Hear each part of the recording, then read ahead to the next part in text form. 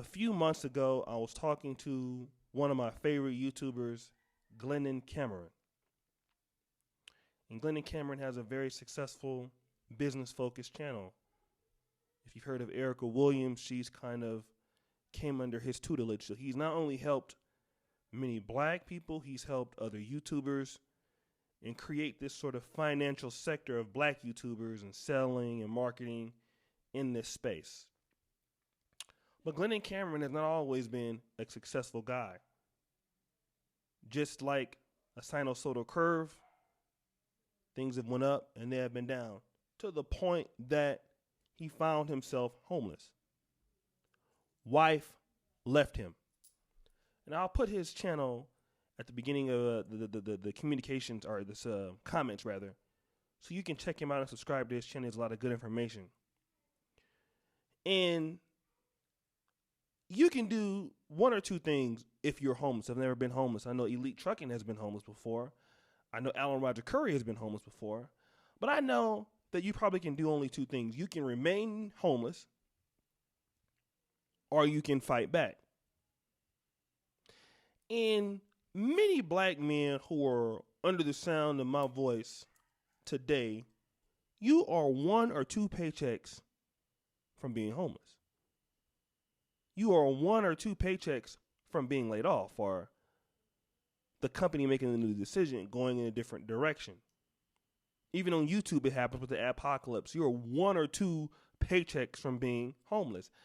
And then I think about, what is your mindset when you cannot pay the bill? Your girlfriend leaves you. Mama dies. Child dies. All of these horrific things that happen in life, but yet you still need to perform. What can you do? Only thing I can tell you that you need to do is what good old grandma used to tell me, and my godmother used to tell me. She said, baby, stay in the race. Hang on in there. I remember having this situation. I failed midterms, get a bad grade in a class, have to repeat a class. This happened to me in medical school from my own doing, being busy with the business. And I failed one class, a major class, by half a point. And then failed the two other finals. Had to retake the whole class again. And then a minor class I failed, which was easy to pass again. But on the verge of possibly being dismissed from medical school if I didn't pass those classes. All I can remember is my godmother, who is now dead. Hang on in there. Stay with it. And a lot of times with black men, we tell black men, okay, you can get women. All right. We have brothers that are talking about improving yourself. But many times we don't talk about hanging in there and sticking with it in tough times. Because do you know that while you're trying to improve yourself, life happens. Friendships diminish. Jobs lay off. People come and they go. Health issues happen. Cancer happens. All of which are things that can happen. And a lot of times, all bad things seem to happen at the same goddamn time. And while you're on the road to doing what you think you're going to do, life gets in the way. But the only thing that I can tell you, stay with it. Stick with it. Stay in the race. This is not a sprint, but life is a marathon. And life rewards those who stick with it. This is not a 40-yard dash. A lot of times those guys in the 40-yard dash, very rarely are those the best players in the NFL. Because they can get to a quick split. But if you look at their career, they don't go nowhere far. And just because you get somewhere quickly, You might get there faster than me. But that don't mean in the long run you're going to go further than me. See, that's all I'm interested in. Whatever I do, I don't care who gets there the fastest. But I can guarantee you I'm going to go further because I'm willing to do what? I'm going to stick in there. My mind is made up. Because things are going to happen in life. Things are going to happen this year. They're going to happen next year. I had some earlier, this year I had a little bit of health problems with my thigh. And because I've been kicking so much ass and shit, you know how that is, brother. You know, thigh was messing up. It was holding me back. They couldn't find out what was wrong with it. It was bothering me. But I said to myself, I'm going to stick with this. I'm not going to let it hold me back from what I'm supposed to be doing. If I'm supposed to be in class, goddamn it, I'm going to be in class. If I need to be doing my streams at night, if my body is up to it, I'm going to do my work. I got to do a Patreon video for you brothers right after this one. I'm going to do what I'm supposed to be doing. To what? Stay in the goddamn race. Because at the end of the day, I'm going to tell you something. Whether you homeless or not, whether you having problems or not, and I know this is an old O'Shea cliche, I'm going to tell you right now, black man, Mr. whatever man you are, don't nobody give a fuck about what you going through. You are a man. You are a black man. So don't nobody care about you.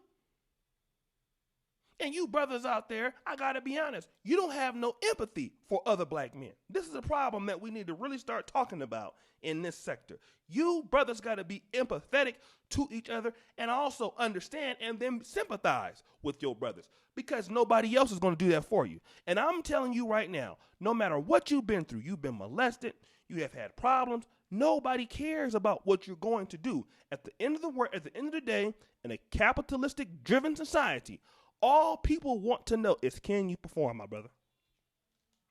Can you perform?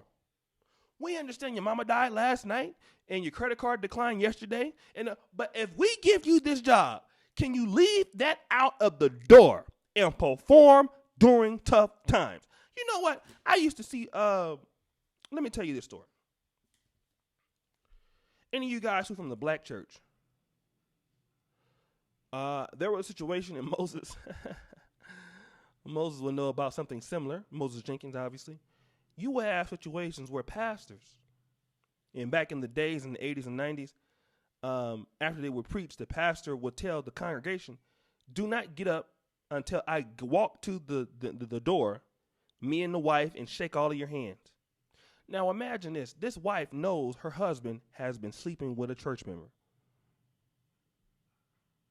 And she know her husband, she's caught him. He knows she's having an affair. Could be with the lady in the church. But when she gets to that door, she has to smile and greet the people. She can't have no attitude with them because it's not their fault. She got to kiss babies. She might even have to shake the hand of the woman the pastor's sleeping with. Because why? She's staying in the race.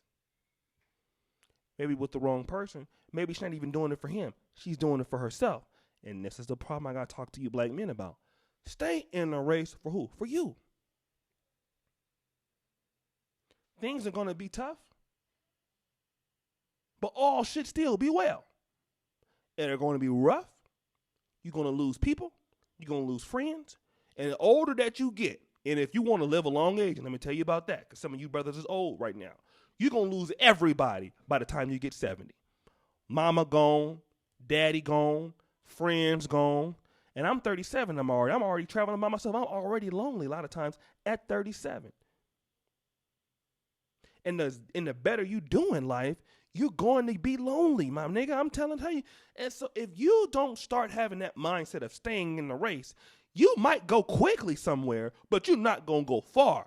The people who go far in life, let me get back to the race. And you might deviate sometime from the plan. But I got to get back to where I need to be. I got to get focused on where I need to be as a black man. I got to be thinking about what I should be doing. I got to stay in this race. I got to keep the goal, and it's a long road. So when I finish the finish line, and I know that I'm done, and when I leave this world, I know that every day I stuck with it. And then don't nobody care about any of the other shit you niggas is talking about. Stay with it. Do it if you can't do it for yourself, goddamn it, do it for me. And if you can't do it for me, do it for yourself. I don't give a damn who you do it for. Stay with it. Stick with it. Tell these other young black men out there, your sons and kids, you know what? It's encouraging. Tell your brothers they have a bad time. Brother, stick with it. Hang in there. My brother, I know it's tough. Do you know what? That is worth more a lot of times than what money can buy. Telling a black man to stick with it, coming from you, I'm going to tell you right now, it means the most coming from you. Hello.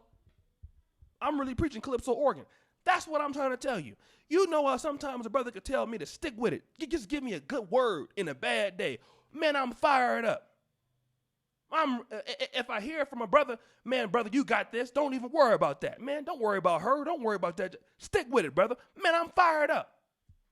Because one of my brothers and told me it's going to be all right. So, and I hear from another person, it's going to be all right. I hear from a third brother, it's going to be all right. Man, I'm ready to go.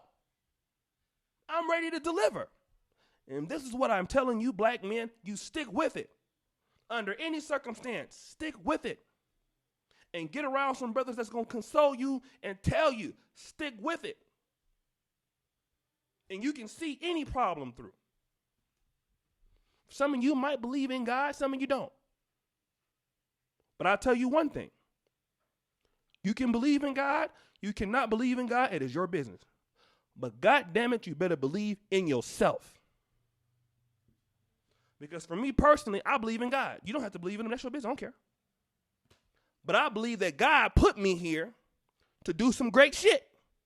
So if he believed in me enough to put me here, I'm definitely believing in my goddamn self. I don't give a fuck what you believe, nigga. I believe in me.